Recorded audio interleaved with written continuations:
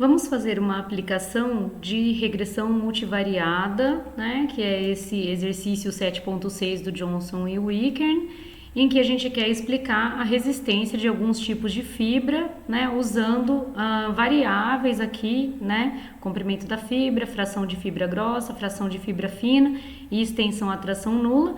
E as variáveis respostas são comprimento na quebra, módulo de elasticidade, estresse na falha e resistência à quebra, tá?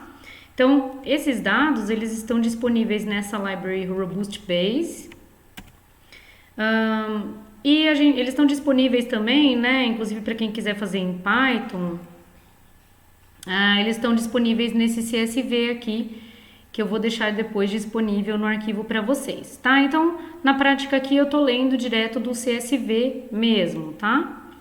Quando vocês fizerem a leitura desse arquivo, vocês vão ver que ele coloca uma coluna a mais aqui, né? Que é o índice da observação. Então, eu vou tirar a primeira coluna aqui, fazendo, né, o colchetes aqui no segundo índice, menos 1, tá? E aí a gente usa a função view aqui para dar uma olhada nesses dados, né? Então, aqui as covariáveis estão com x, eu vou mudar o nome para z para ficar igual à aula, tá? E as variáveis resposta aqui, os y, tá? Eu vou usar de novo esse pacote ggeli para fazer um gráfico do tipo ggpairs, né, para pulp fiber, e eu vou deixar a parte de cima branca aqui. Então notem aqui, né, a gente vai pegar a variável y1 e a gente vê, ó, que para algumas covariáveis ela parece ter uma relação aproximadamente linear. Claro que não para todas, tá? Se a gente pegar y2, né, então aqui seria o gráfico de dispersão de y2 com x4, também tem uma relação aproximadamente linear e associação positiva aqui. Na verdade, para y4, todas elas parecem ter uma associação positiva. Inclusive, se vocês olharem, né, e fica como exercício para vocês, calcular a matriz de correlações dos y, tá? Que são as variáveis resposta. Vocês vão ver, ó, que eles devem estar fortemente correlacionados. Tá? Aqui, por exemplo, né, y1 com y2, essa é uma correlação que deve ser pelo menos moderada ou forte, né? y1 e y3, tirando 2 pontos aqui, elas parecem até próximo de correlação perfeita, né? y1 e y4 também uma correlação forte, tá? E com as covariáveis, vocês notem que as variáveis resposta também parecem ter uma associação pelo menos moderada, tá? Mas a gente pode calcular isso em uma matriz de correlações. Então, eu vou usar o ggcore para construir justamente uma matriz de correlações, né? Então, aqui, ó, a gente vê que as correlações entre y1 e y4 são fortes, né? Ou moderadas ou fortes. E se você pegar, por exemplo, o y1 com as x, né, então ele tem também uma correlação que parece ser moderada. Se você pegar o y2 com as covariáveis, também deve ter uma correlação moderada. O y3 aqui com as covariáveis x1, x2, x3, x4 deve ter uma correlação pelo menos moderada, talvez aqui apareça uma fraca, né? Então vale a pena vocês olharem numericamente para essas correlações, tá?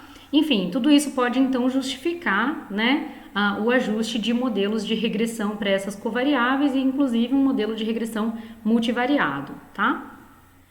Vou fazer uma mudança aqui, então onde estava x1, x2, x3, x4, vou passar para z1 até z4 para ficar como a gente estava usando na aula, tá? E eu vou fazer um attach aqui para a gente poder chamar as variáveis diretamente pelo nome, ou seja, sem usar fibras, cifrão, tananã, tá? Então, a gente dá um attach. E aqui, ó, eu já estou ajustando os modelos de regressão linear múltipla para resposta y1, y2, y3 e y4, tá?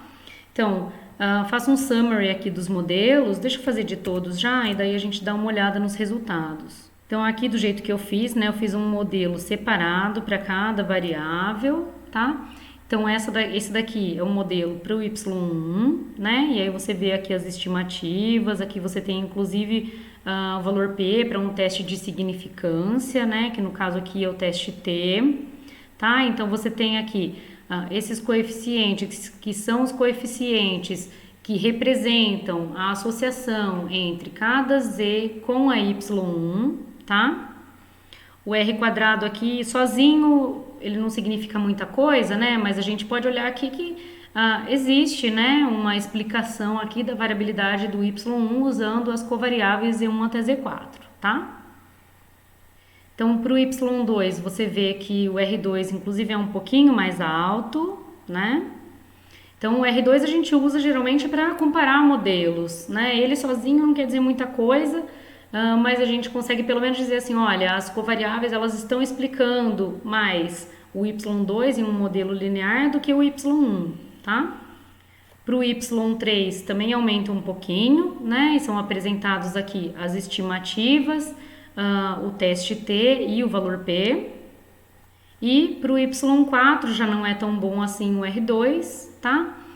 Lembrando que esse é um coeficiente de determinação do modelo linear, tá? Então pode até ser que exista uma relação não linear entre as variáveis, e aqui a gente está olhando só para linear, tá? Enfim, aqui a gente fez 4 modelos de regressão separadamente, tá? Bom, lá no exercício eu pedia para a gente olhar os resíduos, né? Então vamos dar uma olhada nos resíduos com esse GG Resid Panel. Então aqui eu coloquei para instalar, talvez nem precisasse instalar, tá? Eu vou deixar comentado quem já tiver instalado e não precisa rodar essa linha, e quem não tiver então precisa instalar, tá? Então eu vou chamar aqui a library GG Resid Panel. E eu vou deixar comentada essa daqui também. Se vocês não conseguirem instalar com essa linha de cima, daí vocês instalam do GitHub. Então aqui, ó, eu vou chamar Resid Panel, então Resid Underline Panel para o modelo 1. Ele vai apresentar, vou aumentar um pouquinho aqui. Então, ele apresenta aqui alguns gráficos de resíduos, tá? Então, histograma, o QQplot, que é o gráfico de quantis, o gráfico dos resíduos e o gráfico dos... Então, há resíduo por predito e resíduo por índice de observação, tá? Bem, então aqui a gente tem alguns pontinhos, né, que se distanciam aqui nas caudas do resíduo, então talvez pudesse fazer um estudo um pouco mais aprofundado aqui, tá? Talvez com envelope. Nesse gráfico de resíduo pelo predito, a gente já vê também que conforme o tempo passa aqui, a gente tende a ter resíduos negativos, tá? E a gente vê também aqui que o resíduo está aumentando, né, com o passar do tempo. Então, com o passar do índice das observações aqui, a gente vê que esse resíduo pode ter alguma heterocedasticidade, tá? Esse não é o foco dessa aula, mas fica como exercício para vocês irem um pouco atrás disso, ver como que você poderia consertar, tá?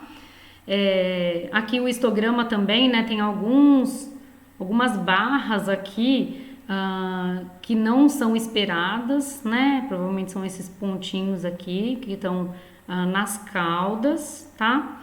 Então, pode ser que dê para melhorar esse modelo aqui, tá? No modelo 2, parece estar um pouquinho melhor, embora esse gráfico de resíduo aqui, ó, também parece ter algum padrão aqui, né? Talvez até de sazonalidade, daí teria que ver o que significa aqui esse comportamento, tá? O gráfico de quantis, acredito que esteja ok. O histograma parece estar um pouquinho melhor do que o anterior, tá?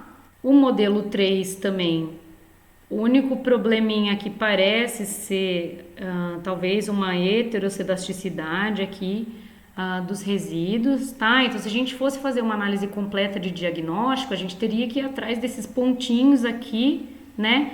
E verificar quem são esses pontos, né? Pode ser que sejam os mesmos que estão aparecendo aqui, né? Em todos os gráficos de resíduo aqui pelo índice das observações, tá?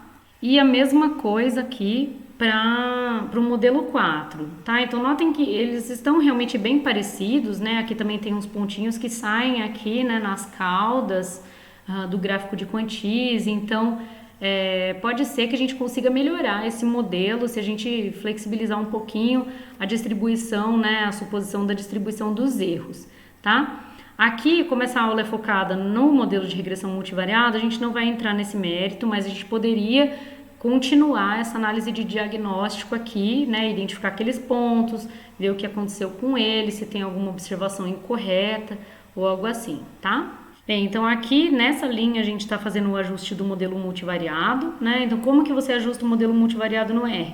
Você vai usar a mesma função LM, Linear Model, e aí você vai colocar aqui as variáveis resposta, que são y1, y2, y3, y4, você coloca no cbind, tá? E aqui você coloca as covariáveis, né? Então você vai ajustar modelos de regressão para essas variáveis aqui, utilizando como preditores Z1 até Z4.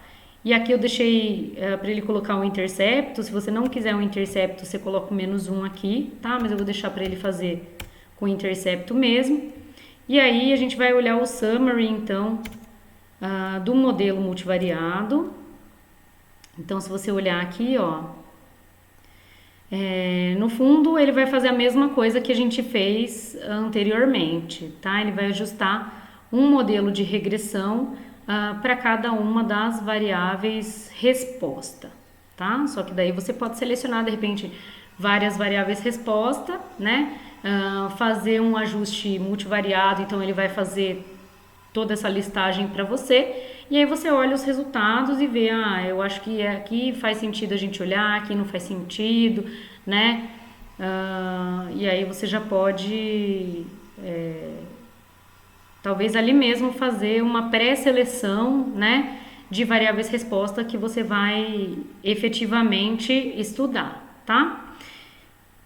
Eu coloquei uma referência para vocês aqui, modelos de regressão de posto reduzido, que eu acho que é bastante interessante vocês darem uma olhada também. Então aqui, Shift Click, a gente abre, tá? Então aqui ele fala da regressão multivariada clássica, que seria essa que a gente falou, tá? Inclusive ele usa esse ggcore para uma outra aplicação, tá? E aí ele vai fazer então uma regressão de posto reduzido. E é interessante para vocês darem uma olhada, ele fala da dimensionalidade, tá? A gente pode eventualmente voltar aqui, mas aí ele já vai entrar em componentes principais, que é uma coisa que a gente vai falar ainda nas próximas aulas, tá? Então fica como exercício para vocês darem uma olhada aqui nesse material, tá? E vai ficar como exercício para vocês fazerem em Python. Então não é difícil de fazer um modelo de regressão multivariado e também a ANOVA em Python, tá? Eu posso indicar alguns materiais para vocês. Então essas duas aulas, né, de ANOVA multivariada e regressão multivariada, para a gente é importante os conceitos que estão envolvidos, né? Então o que é um modelo de regressão multivariada, como fazer um ajuste eventualmente, como interpretar esse modelo de regressão multivariada, e a mesma coisa para a ANOVA multivariada, né? Então, para que eu uso a ANOVA multivariada? Para fazer comparação, né, dos vetores de médias populacionais em G grupos, né? Bem, com isso, a gente finaliza então a parte de inferência multivariada, tá? E nas próximas aulas a gente vai começar a ver as técnicas de análise multivariada e aprendizado não supervisionado, né? Começando então com análise de componentes principais. Até mais!